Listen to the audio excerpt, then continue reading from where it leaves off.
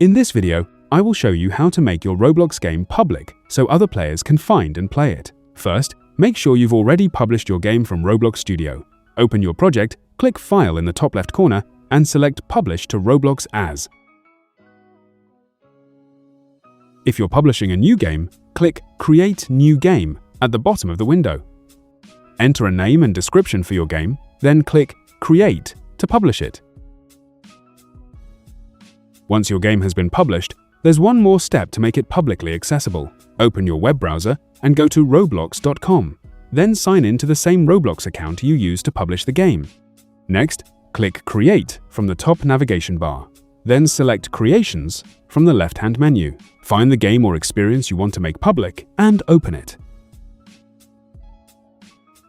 Then, click Settings from the left-hand navigation. Scroll down to the Privacy section and enable the Public option. After that, scroll to the bottom of the page and click Save Changes. Your Roblox game is now public, and other players will be able to access and play it. That's all there is to it. If you found this video helpful, subscribe to our channel.